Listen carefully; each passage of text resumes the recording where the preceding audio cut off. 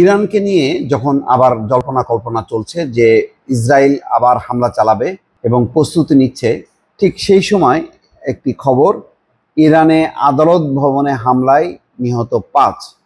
এই ঘটনাগুলোকে বিচ্ছিন্ন করে দেখার কোনো উপায় নেই, কারণ ইসরায়েলের যেই মোসাদের নেটওয়ার্ক, এটা ভয়ঙ্কর। ইরানকে তারা স্বস্তিতে থাকতে দেবে না। যেহেতু ইরান বলছে যে তারা পারমাণবিক কর্মসূচি চালিয়ে যাবে, ফলে ছলে বলে কলে কৌশলে যেভাবেই হোক না কেন তারা নানা রকম এখন ফন্দি আটছে যে আবার ইরানের উপর তারা হামলা করবে।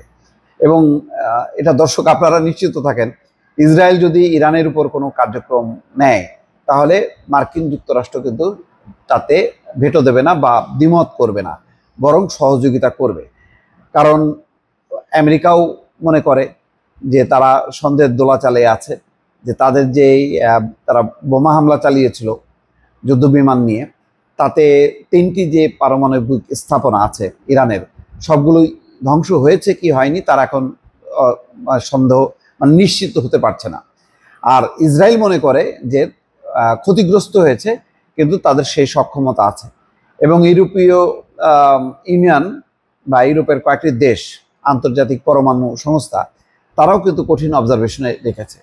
ফলে সম্প্রতি যে খবরগুলো আসছে গণমাধ্যমে গত কয়েকদিনে, যে ইসরায়েল কি আবারও ইরানকে অ্যাটাক করবে, আক্রমণ করবে, হামলা চালানোর পরিকল্পনা করছে, এমন খবরের মধ্যেই কিন্তু চলে আসলো সেটা ইরানের দক্ষিণ পূর্বাঞ্চলীয় সিস্তান বেলুচিস্তান প্রদেশের একটি আদালত ভবনে সশস্ত্র গোষ্ঠী জাইশ আল আদলের হামলায় অন্তত ৫ জন নিহত হয়েছেন, আহত হয়েছেন ১৩ জন। স্থানীয় সংবাদ মাধ্যম এই খবর জানাচ্ছে।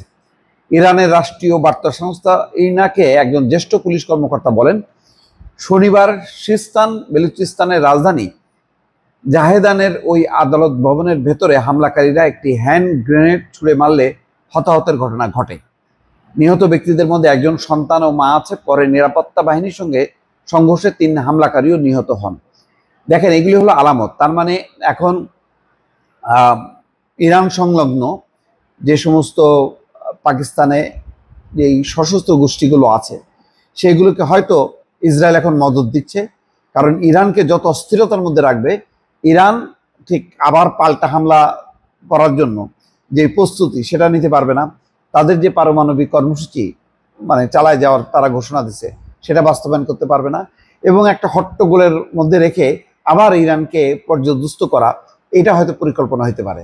নতুবা এই ধরনের যেই সশস্ত্র জঙ্গি গোষ্ঠীর কথা বলা হচ্ছে, তাদের তো আসলে ইরানের সাথে কোনো কনফ্লিক্ট নেই। তাদের কনফ্লিক্ট আছে পাকিস্তানের সঙ্গে, বা কখনো কখনো ভারত অভিযোগ করে পাকিস্তানের এই সশস্ত্র গোষ্ঠীকে তারা ভারতের বিরুদ্ধে ব্যবহার করে।